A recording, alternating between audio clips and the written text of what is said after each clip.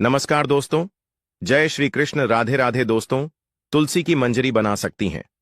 आपको करोड़पति और धनवान तुलसी के पौधे पर जब मंजरी आने लग जाती है तो इसे उस घर के लिए बेहद ही शुभ संकेत माना गया है। तुलसी पर जब भी मंजूरी आने लगती है तो आपको समझ जाना चाहिए कि माता लक्ष्मी आप पर मेहरबान है और अब आप पर अपनी कृपा बरसाने वाली है। इसीलिए आज हम आपको मंजरी के कुछ खास उपाय बताने वाले हैं।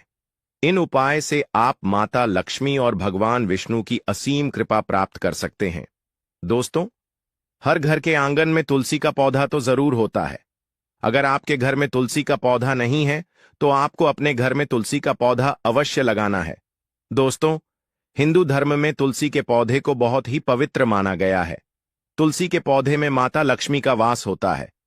इसीलिए आपको तुलसी के पौधे की प्रतिदिन सुबह शाम पूजा करनी है और शाम के समय इसके पास दीपक जलना है। तुलसी का पौधा कितना पवित्र होता है, उसकी मंजरी भी उतनी ही पवित्र और महत्वपूर्ण मानी जाती है। तो दोस्तों, तुलसी की मंजरी से जुड़े कुछ उपाय अगर आपने कर लिए तो आपके घर में धन से संबंधित सभी परेशानियां दूर हो जाएंगे। साथ ही आपके घर की तिजोरी कभी भी खाली नहीं रहेगी। आपके घर में पैसे को लेकर कभी भी कोई तंगी नहीं होगी। घर के हर सदस्य को अपने कार्य में सफलता हासिल होगी और घर में हमेशा सुख समृद्धि और शांति बनी रहेगी। अगर घर में रोजाना झगड़ा और क्लेश होता रहती है तो आपको तुलसी की मंजरी के इस छोटे से उपाय को जरूर करना है। इससे आपके घर में खुशियां आ जाएंगे। तुलसी के पौधे को देवी मां लक्ष्मी का स्वरूप माना जाता है। तुलसी के पेड़ पर हरी मंजूरी का आना बहुत ही शुभ माना जाता है। तो आइए दोस्तों, जानते हैं तुलसी की मंजरी के वह आसान से उपाय। लेकिन उससे पहले अगर आप भी चाहते हैं कि माता रानी का आशीर्वाद आप पर सदैव बना रहे तो वीडियो को लाइक करें, चैनल को सब्सक्राइब करें और कमेंट बॉक्स में जय हरि विष्णु जय माता लक्ष्मी जरूर लिखें। भक्तों, नंबर 1, जब भी आपकी तुलसी में मंजरी आ जाए तुरंत मंजरी तोड़े, लेकिन उसे फेंकने की बजाय लाल कपड़े में लपेटकर मंदिर में रखें। इसके अलावा आज के दौर में सुखी जीवन जीने के लिए हर व्यक्ति प्राप्ति की इच्छा रखता है। तो यदि आप भी धन लाभ या धन प्राप्ति की इच्छा रखते हैं तो तुलसी की मंजरी को लाल रंग के कपड़े में बांधकर उसे अपने घर की तिजोरी में रख दें। दोस्तों, मान्यता है कि ऐसा करने से माता लक्ष्मी की कृपा सदैव बनी रहती है। अगर व्यक्ति चाहता है कि उसे कभी भी आर्थिक परेशानी का सामना न करना पड़े तो वह अपने पर्स में तुलसी की मंजरी को रख सकता है।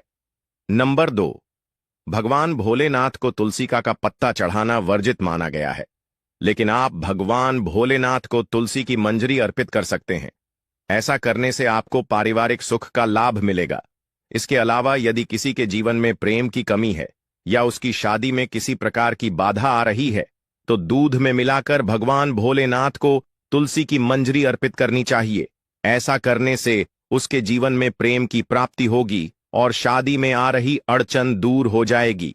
तो नंबर 3, तुलसी की मंजरी को अगर भगवान विष्णु और भगवान शिव को चढ़ाया जाए तो व्यक्ति को मोक्ष की प्राप्ति होती है, यानी कि उस व्यक्ति को दोबारा से गर्भ में नहीं आना पड़ता।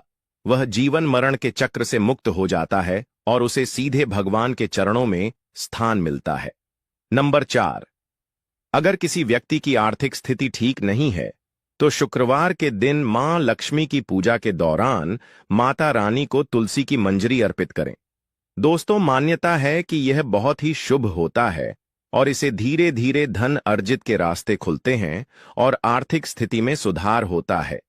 इसके अलावा शुक्रवार के दिन तुलसी के कुछ पत्ते तोड़ लें, फिर उन्हें पीले कपड़े में बांधकर तिजोरी या किसी अन्य स्थान जहां धन रखते हो वहां रख लें। इस उपाय को करने से आपको कभी भी धन की कमी नहीं होगी। तुलसी मंजरी से निकलने वाली ऊर्जा धन को आकर्षित करती है। यह उपाय बहुत ही कारगर माना जाता है। नंबर 5, घर की उत्तर पूर्व दिशा, जिसे ईशान कोण भी कहा जाता है, उसे वास्तुशास्त्र में बहुत ही शुभ माना गया है।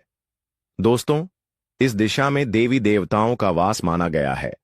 ऐसे में यदि आप घर की इस दिशा में गमले में तुलसी की मंजरी रखते हैं तो इससे धन आगमन के द्वार खुल जाते हैं। नंबर 6, पूजा स्थान सबसे पवित्र माना जाता है। अगर आप अपने घर के मंदिर में तुलसी की मंजरी रखते हैं तो आपके घर में हमेशा मां लक्ष्मी का वास रहता है। सकारात्मकता का भी आगमन होगा। ध्यान रखें कि मंजरी को लाल कपड़े से बांध कर रखें और इसे किसी की नजर न लगने दें। दोस्तों, इसे स्थापित करते समय मां तुलसी और भगवान विष्णु का ध्यान करें। नंबर 7, अगर आप आर्थिक तंगी से परेशान हैं तो तुलसी मंजरी को अपने घर की बालकनी की उत्तर या पूर्व दिशा में किसी पवित्र स्थान पर रखें। इस उपाय को करने से आपके घर में कभी भी पैसों की कमी नहीं होगी। इसके अलावा धन प्राप्ति के रास्ते हमेशा खुले रहते हैं। नंबर 8, मान्यता है कि माता लक्ष्मी की पूजा करते समय तुलसी की मंजरी को पूजन सामग्री में शामिल करना बहुत शुभ होता है। माता लक्ष्मी को शुक्रवार के दिन तुलसी की मंजरी आवश्यक रूप से अर्पित करनी चाहिए। ऐसा करने से मां लक्ष्मी की कृपा सदैव बनी रहती और घर में धन आगमन होता है। दोस्तों, नंबर 9, ज्योतिष शास्त्र के अनुसार जिस घर में हमेशा कलह का माहौल बना रहता है या अक्सर मानसिक तनाव होता है, तो इससे छुटकारा पाने के लिए गंगाजल और तुलसी की मंजरी को मिलाकर घर की उत्तर दिशा में रखें और इस जल को रोजाना पूरे घर में छिड़क। इस उपाय से घर में नकारात्मक ऊर्जा का वास नहीं रहेगा और घर का माहौल खुशनुमा रहेगा। दोस्तों, नंबर 10, स्तुशस्त्र के अनुसार घर की उत्तर पूर्व दिशा धन को आकर्षित करने के लिए शुभ मानी जाती है। महात्मा को बता दिया और कहा कि महात्मा जी, इस दिशा में यदि हमने कल राजा को तुलसी मंजरी रखने से का उत्तर नहीं दिया आगमन तो राजा हमारा सिर मुड़वा नंबर 11 गद्दे पर बिठाकर राज्य की मंजरी को स्नान के पानी में डालकर इसी कारण से हम सभी लोग चिंता में बैठे हुए होता है। प्रिय मित्रों, दोष से भी विद्वानों के मुख से यह वचन सुनकर तुलसी की मंजरी को ब्राह्मण ने अपने पीने के पानी में भी डालकर रख सकते हैं। अब तुम्हें चिंता करने की कोई आवश्यकता नहीं है या बुरी नजर, क्योंकि मुझे पता है तुम्हारे नगर के राजा को किस पुण्य क्रम के कारण राजपथ नसीब हुआ गलत होता है। सभी विद्वानों ने कहा कि सच महात्मा जी, आपको पता है घर में नकारात्मक ऊर्जा बढ़ सकती है। बिल्कुल सभी विद्वान तुलसी की मंजरी के आगे नकारात्मक ऊर्जा मिटाने में लाभकारी है। यदि ऐसी बात है तो कृपया हमें बताओ ना, गंगा जल में मंजरी के कारण हमारे राजा को राजपथ नसीब 2 दिन से हम वादा करते रख ले। हमें जो भी से आपके घर से राजा से मिलेगा दूर हो जाएगी, उसमें से ज्यादा हम आपको दे देंगे। वीडियो में आगे बढ़ने से पहले कमेंट बॉक्स में सच्चे दिल से मुझे आपसे कोई उपहार नहीं चाहिए लिखें, ताकि तो सिर्फ मुझे राजा के पास ले चलो। मैं स्वयं उसकी बात का उत्तर तुम्हारे राजा को दे दूंगा। और आपने अभी तक वीडियो को लाइक इन बातों को सुनकर एक लाइक सभी विद्वानों के चेहरे नंबर 13, पुराण सभी विद्वान भगवान वृद्ध ब्राह्मण को लेकर राजा के दरबार में मान्यताओं के अनुसार उन्होंने भगवान ब्राह्मण का राजा से परिचय कराया और कहा है और राजा को जन्म जन्मांतर वृद्ध ब्राह्मण से मुक्ति प्रश्न का जवाब दे देंगे। नंबर 14 ने कहा, तुलसी की बातों को जलाने के लिए मुझे तो मेरे प्रश्न में मना किया गया है, चाहे मंजरी को जला यह महात्मा जी, इससे घर में शुभता का ब्राह्मण देवता है। मुझे किस पुण्य क्रम के कारण यह राजपथ मिला है। मंजरी को रोजाना मित्रों संध्या के राजा के वचन सुनकर वह ब्राह्मण जलाया बोलने से कि महाराज सारी नकारात्मकता तुम सचमुच में ही यह जानना चाहते हो नंबर तुम्हें ही क्यों यह राजपथ मिला। धर्म में गंगा जल महाराज माना गया है। इन बेचारे विद्वानों को सताने से कोई फायदा नहीं है। तुम्हारे गंगा जल में तो सिर्फ एक व्यक्ति ही दे सकता है। और घर की उत्तर राजा ने आतुर सुर में पूछा, आप चाहे तो कौन बता सकता है, जल का छिड़काव भी कर सकते हैं। ब्राह्मण बोला, लेकिन दोस्तों ध्यान रहे कि जल छिड़कने के बाद 100 कोस मंजूरी के दाने पैरों के एक वन में एक व्रत महात्मा तपस्या कर रहे हैं। लगता है वह महात्मा आर्थिक स्थिति में सुधार होता है। राख के अतिरिक्त कुछ भी नहीं खाते हैं।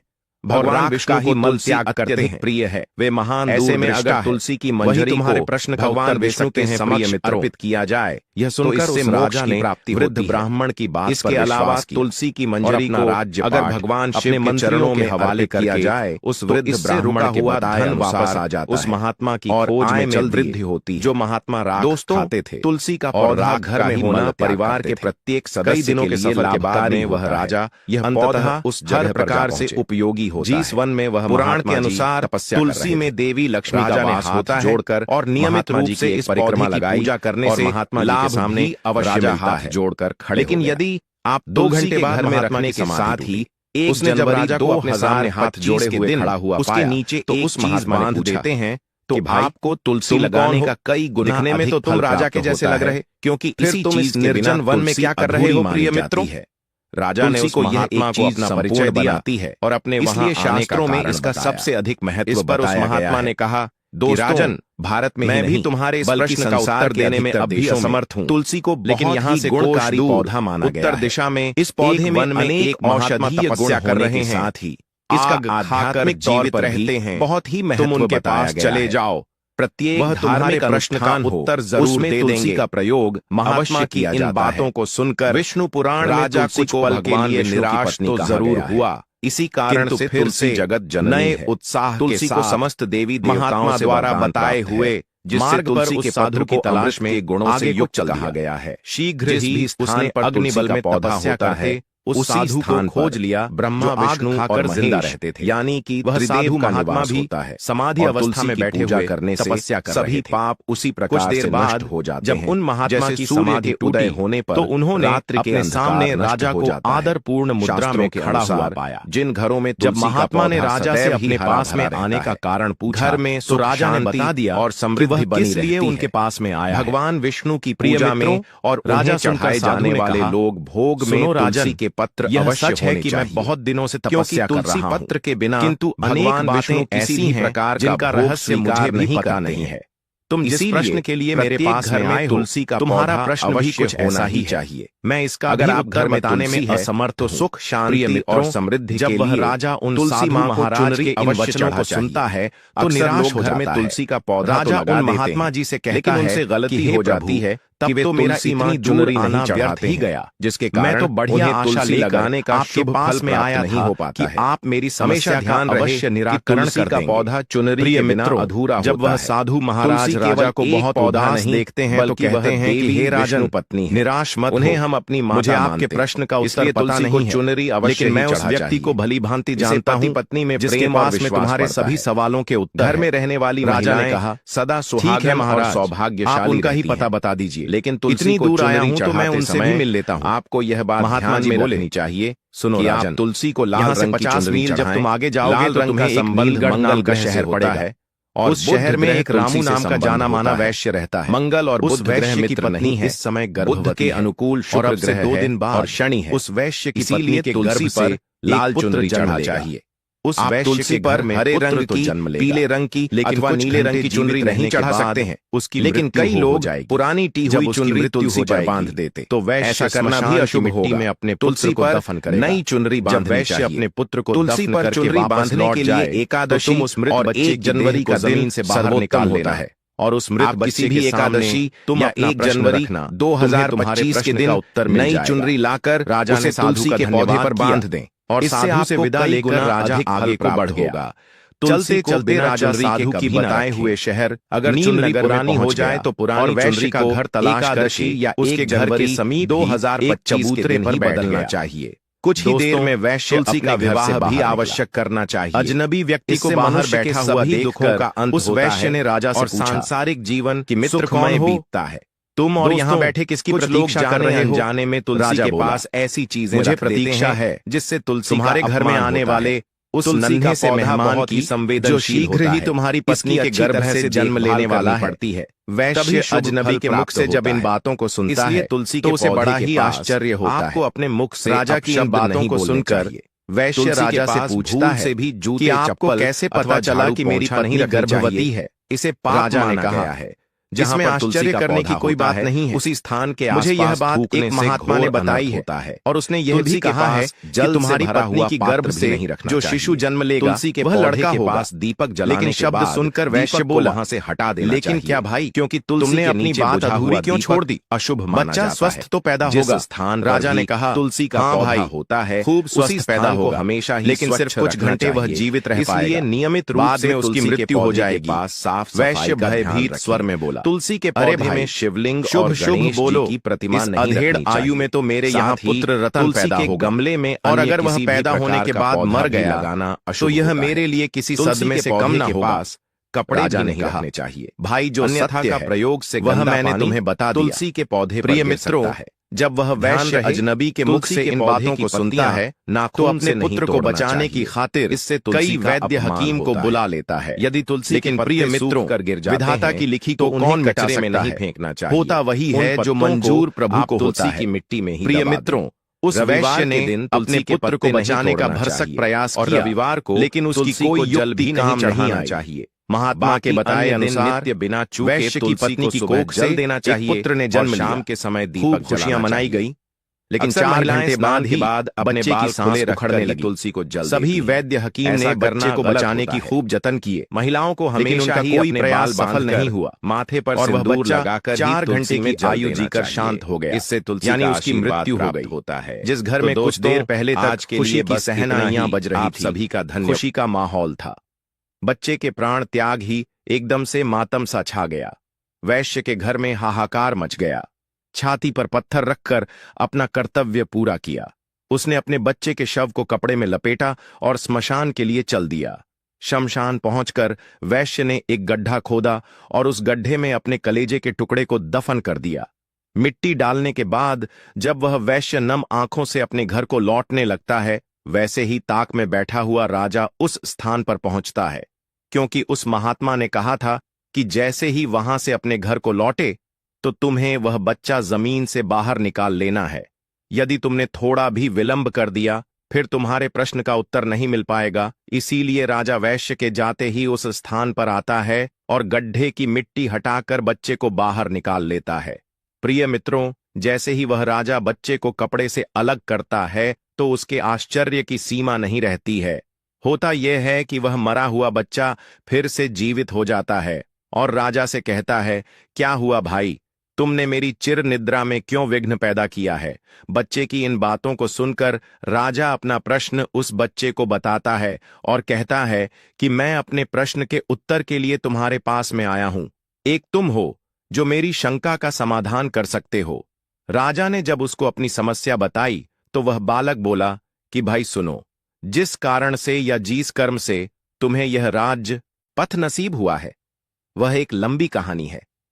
यदि तुम यह जानना ही चाहते हो तो मैं वह कहानी तुम्हें संक्षेप में सुनाता हूं भाई। इस जन्म में तुम राजा हो। इस जन्म से पहले यानी पूर्व जन्म में तुम मेरे माजा भाई थे। राजा आश्चर्य से बोला कि मैं तुम्हारा भाई था। तो बालक बोला, हां राजा, पूर्व जन्म में हम 4 भाई थे। तब हम एक आश्रम में रहकर विद्या अध्ययन किया करते थे। पहले के समय में एक विद्यार्थी का जीवन एक सन्यासी की तरह होता था। ब्रह्मचर्य का पालन करना, भिक्षा मांगकर भोजन करना और भी कई नियम थे जो एक विद्यार्थी को पालन करने होते थे। उन्हीं नियमों का पालन करते हुए हम 4 भाई एक साथ एक आश्रम में विद्या अध्ययन कर रहे थे। हम 4 भाई आश्रम के नजदीक नगर में भिक्षा मांगने जाया करते थे और जो कुछ भी भिक्षा हम 4 भाइयों को प्राप्त होती थी उसे हम 4 भाई मिलजुल कर बांटकर खा लिया करते थे। इस तरह से हम 4 भाई आश्रम में रहकर विद्या अध्ययन कर रहे थे और यह क्रम कई वर्षों तक ऐसे ही चलता रहा। किंतु एक दिन हम लोगों से एक बहुत बड़ी गलती हो गई। राजा ने उत्सुकतावश पूछा। गलती? तो बालक बोला कि राजन, बीच में मत बोलो, बस तुम मेरी बातों को सुनते रहो, क्योंकि मेरे पास बहुत ही कम समय बचा हुआ है। यदि वह निकल गया तो तुम्हारा उत्तर भी अधूरा रह जाएगा। राजा बालक की जब इन बातों को सुनता है तो एकदम से चुप हो जाता है। बच्चा आगे कहानी बताते हुए कहता है कि हे राजन, एक दिन रोज की तरह हम 4 भाई भिक्षा मांगने के लिए निकले। कई लोग घरों पर जाकर हमने भिक्षा के लिए आवाज लगाई, लेकिन किसी भी दरवाजे से हमें अन्न का एक दाना नसीब नहीं हुआ। उस दिन हम 4 भाई खाली हाथ ही आश्रम लौट आए, क्योंकि हम 4 भाइयों में से किसी को भी भिक्षा नहीं मिली थी। इस कारण हमने वह रात खाली पेट ही गुजारी। दूसरे दिन भी हम 4 भाइयों के साथ कुछ ऐसा ही हुआ। उस दिन भी हमें अन्न का एक दाना नहीं मिला और तीसरा दिन भी हम लोगों ने भूखे रहकर ही गुजारा। किसी भी गृहस्थ ने हमें भिक्षा नहीं दी, उल्टा हमें यह कहकर दुत्कार दिया, इतने हठकट्टे होकर भी भिक्षा मांगते हो, तुम्हें भिक्षा मांगते हुए शर्म नहीं आती। उस गृहस्थ के अपमान भरे शब्द सुनकर हम तीनों भाइयों के सर शर्म से नीचे झुक गए। लज्जा के मारे हम तीनों भाई उस दिन से भिक्षा मांगने भी नहीं गए। लेकिन तुझे यह बात स्वीकार नहीं थी। तुमने कहा कि एक ब्रह्मचारी को लज्जा कैसी। लज्जा को त्यागने के लिए ही तो आश्रम में गुरुजी हमें भिक्षा लाने के लिए कहते हैं, ताकि आगे चलकर ब्रह्मचारी निराकार भाव से परमार्थ के कार्य कर सके। उसके मन से ऊंच नीच जात पात छोटे बड़े का समाप्त हो जाए और सभी को एक दृष्टि से देखे। उसके लिए ना कोई छोटा हो और ना कोई बड़ा हो, सभी मानव एक समान है, यह भावना उसके अंदर पैदा हो जाए। इसीलिए एक साधु को भिक्षा मांगना बहुत जरूरी होता है। तभी उसके अंदर से भेदभाव की भावना समाप्त होती है। इसीलिए उस दिन तुम अकेले ही भिक्षा मांगने निकल गए। जब तुम भिक्षा मांगकर वापस लौटे तो तुम्हारी झोली में इतना आटा था जिससे 4 रोटियां तैयार हो सके। हम तीनों भाई ने मिलकर तुम्हारे द्वारा लाए हुए आटे से 4 रोटियां बनाई और चारों रोटियां को आपस में बांटकर खाने की तैयारी करने लगे, क्योंकि हम चारों भाई 3 दिनों के भूखे थे। इसीलिए हम जल्दी से जल्दी अपनी भूख मिटाना चाहते थे। जब हम चारों भाई रोटी खाने ही वाले थे, तभी एक वृद्ध ब्राह्मण भोजन की तलाश में हमारे पास में पहुंचा। जब उसने हमारे हाथ में भोजन की थाली देखी, तो उस वृद्ध ब्राह्मण ने हम चारों भाइयों से अपने अपने भोजन में से थोड़ा थोड़ा भोजन देने की प्रार्थना की, क्योंकि कि हम चारों भाइयों का भूख के मारे पहले ही बहुत बुरा हाल था। उस पर वह वृद्ध ब्राह्मण भोजन मांग रहा था। यह सुनकर हमारे बड़े भाई ने उस वृद्ध ब्राह्मण से कहा कि अरे ब्राह्मण देवता, तुम कहां से आ टपके? हम लोग तो पहले से ही 3 दिनों से भूखे हैं। मुश्किल से आज एक रोटी नसीब हुई है और तुम कहते हो कि उसमें से हम तुम्हें दे दें। यदि हमने तुम्हें अपनी रोटी दे दी तो हम क्या राख खाएंगे? और यह कहकर हमारे बड़े भाई ने अपनी रोटी खा ली और वह वृद्ध ब्राह्मण देखता ही रह गया। इसके बाद उस वृद्ध ब्राह्मण ने हमारे दूसरे भाई से अपने भोजन में से उसे थोड़ा भोजन देने का आग्रह किया। हमारे दूसरे भाई ने उस वृद्ध ब्राह्मण से कहा कि महाराज, यदि मैंने तुम्हें अपना भोजन दे दिया तो मैं क्या चूल्हे की आग खाऊंगा? और यह कहकर उसने भी अपनी रोटी खा ली। जब हमारे दोनों भाइयों से उसे निराशा हाथ लगी तो वह वृद्ध बाबा मेरे पास में आया। मैंने भी अपने दोनों भाइयों की तरह उसे उल्टा सा जवाब दे दिया कि हे ब्राह्मण देवता, यदि हमने अपने भोजन में से तुम्हें भोजन दे दिया तो मैं मरूंगा या जीऊंगा।